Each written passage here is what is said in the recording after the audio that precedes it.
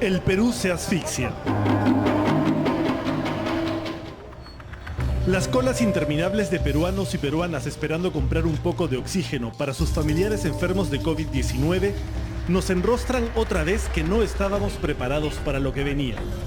El incremento exponencial de contagios durante la segunda ola ha tenido como consecuencia directa un incremento también exponencial en la demanda de oxígeno.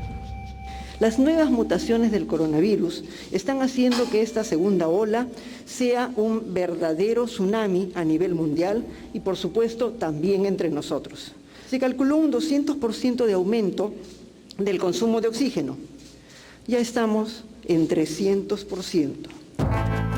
Hace 10 días, el personal médico del Servicio de Emergencia del Hospital Arzobispo Loaiza informó a la Defensoría del Pueblo que ya no tenían oxígeno para atender a sus pacientes, lo que generó que los familiares de los enfermos de COVID internados salieran a buscarlo a la calle y se sumaran a las colas por oxígeno que ya se han vuelto parte terriblemente habitual del paisaje de varias zonas del país. El miércoles, 26 centros de salud a nivel nacional reportaban cero disponibilidad de oxígeno. La falta de oxígeno está generando un incremento de fallecimientos. En la Defensoría del Pueblo tenemos reportes de personal de los hospitales que manifiestan su preocupación porque ellos mismos son testigos del fallecimiento de sus pacientes cuando las plantas se malogran, cuando no alcanza el oxígeno, cuando la fluidez del oxígeno disminuye. En estas regiones, llegar a ocupar una ansiada cama UCI no es garantía de nada. Hay casos en que las personas están en UCI, tienen una cama UCI, pero no tienen oxígeno, entonces no les sirve de mucho estar en UCI.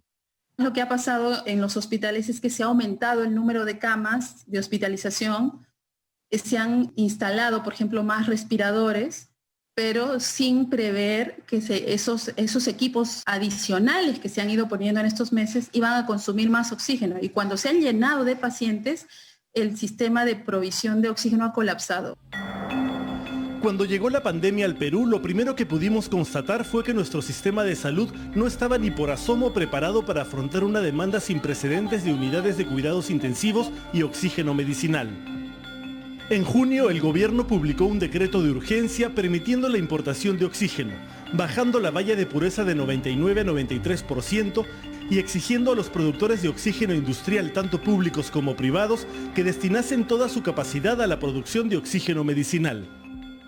Frente a la demanda exponencial de este año, el 20 de enero la empresa Linde, que concentra el 60% del mercado y les vende oxígeno medicinal a hospitales y clínicas, hizo un llamado al Estado para que asegurara fuentes alternativas de oxígeno medicinal y se pudiera atender las necesidades de los pacientes COVID-19. 2 semanas después, el 5 de febrero, alertó que la demanda ya había sobrepasado su capacidad de producción y agotado su stock de reserva.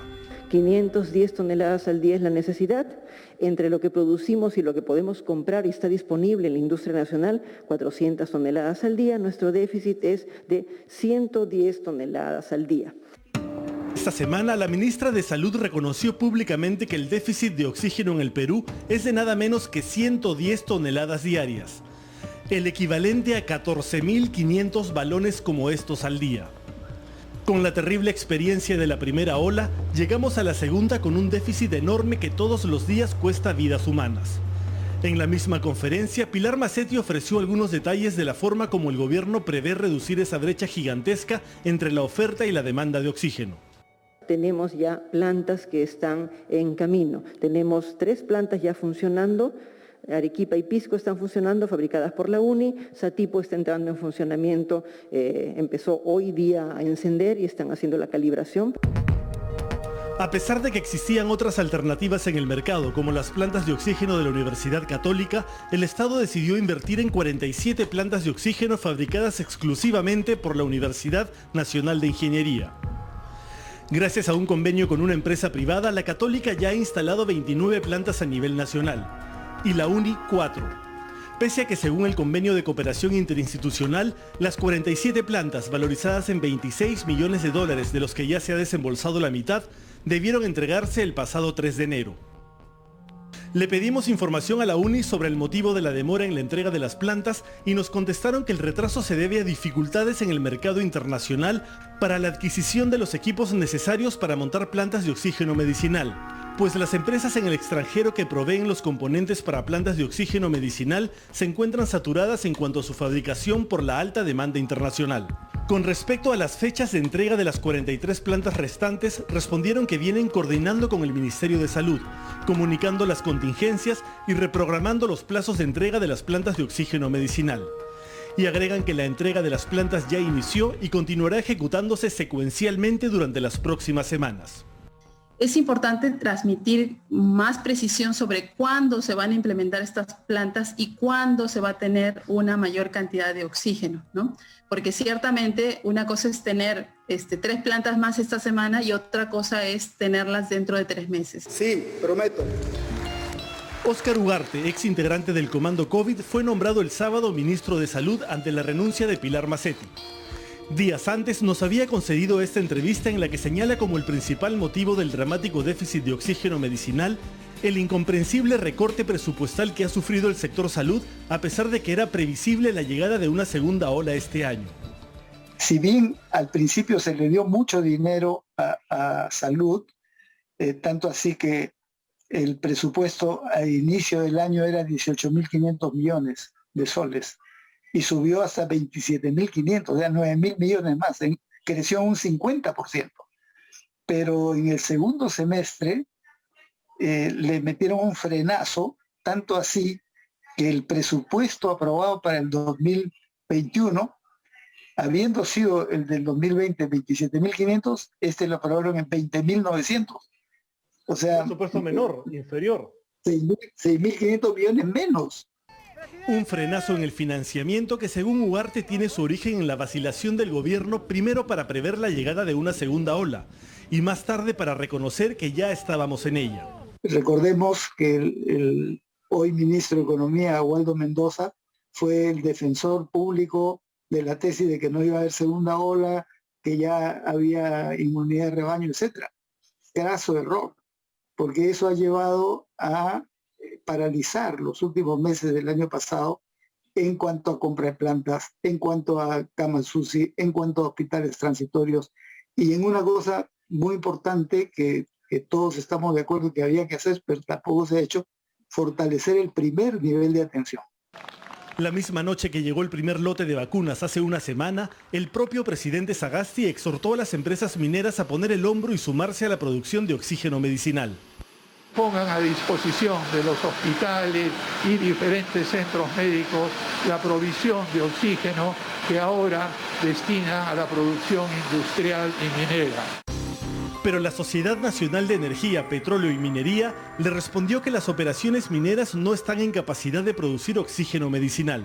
Las empresas mineras no producen oxígeno medicinal.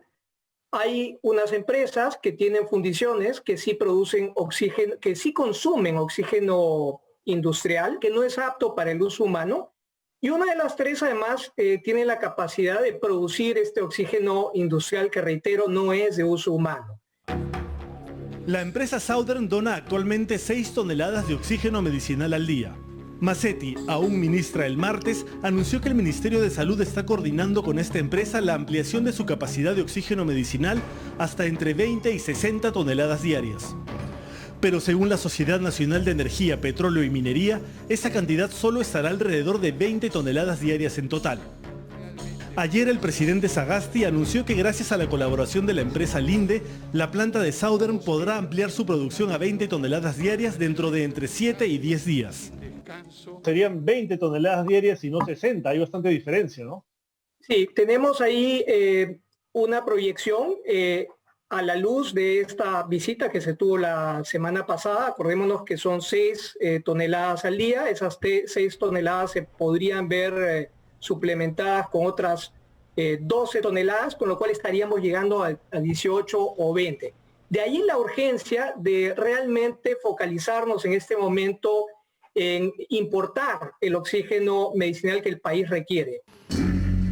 Pilar Macetti también señaló que se están haciendo las coordinaciones para proceder con la importación de entre 20 y 30 toneladas de oxígeno medicinal. Sin embargo, los expertos señalan que eso va a tomar tiempo. El presidente también dijo ayer que el gobierno chileno ha ofrecido entregarle al Perú 40 toneladas semanales de oxígeno y que se están haciendo las coordinaciones para traerlo desde Antofagasta y distribuirlo en el sur del país. Mientras tanto, decenas de miles de peruanos y peruanas recorren con desesperación las principales ciudades del país en busca del preciado gas, formando colas interminables, pagando precios exorbitantes y exponiendo a sus familiares convalecientes a un oxígeno en muchos casos de dudosa procedencia. En redes sociales pululan los ofrecimientos de balones de oxígeno llenos, ¿no? Pero que en verdad las personas no están libres de ser estafadas o de que les den oxígeno de mala calidad que no está bajo su fiscalización, o balones que pueden ser incluso repintados y que no necesariamente hayan sido balones de oxígeno medicinales. La segunda ola es un verdadero tsunami que no da tregua.